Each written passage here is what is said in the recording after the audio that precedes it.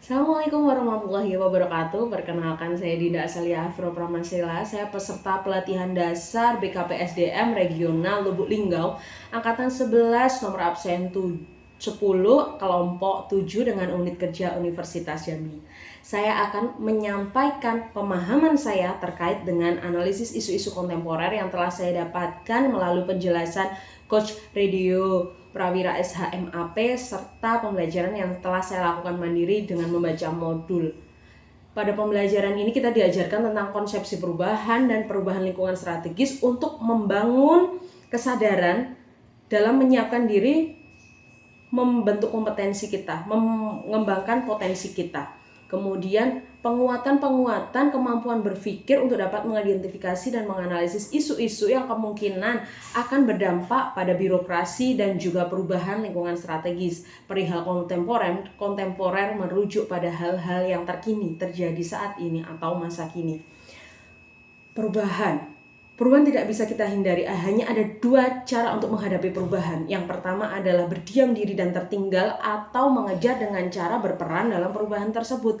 Tentu kita tidak mau bangsa kita masa depannya ditentukan oleh bangsa lain. Suka tidak suka, mau tidak mau, cepat atau lambat, kita memang harus menentukan sikap untuk masa depan bangsa kita. Tentu saja kita mengharapkan perubahan yang dapat memuliakan manusia, banyak kebermanfaatannya untuk manusia. Nah, disinilah kita sebagai PNS harus dapat melakukan tugas kita dengan baik, yakni dengan cara melaksanakan pelayanan publik, memberikan pelayanan publik, dan turut serta dalam mempererat persatuan dan kesatuan Republik Indonesia. Kemudian dalam menyikapi dinamika-dinamika yang ada, kita sebagai PNS juga harus dituntut untuk terus berinovasi, tetapi dengan tetap memegang erat kode etik yang disesuaikan dengan tugas kita masing-masing. Kemudian berkaitan dengan lingkungan strategis. Lingkungan strategis adalah lingkungan yang kemungkinan akan berdampak pada kinerja PNS. Adapun lingkungan itu ada yang pertama individu, kemudian keluarga, masyarakat, tahapan regional, kemudian nasional dan juga internasional. Sistematikanya adalah atau skemanya adalah teknologi yang terus berkembang pesat menyebabkan masyarakat dapat dengan mudah menyerap informasi-informasi yang kemudian meruntuhkan batas-batas bangsa.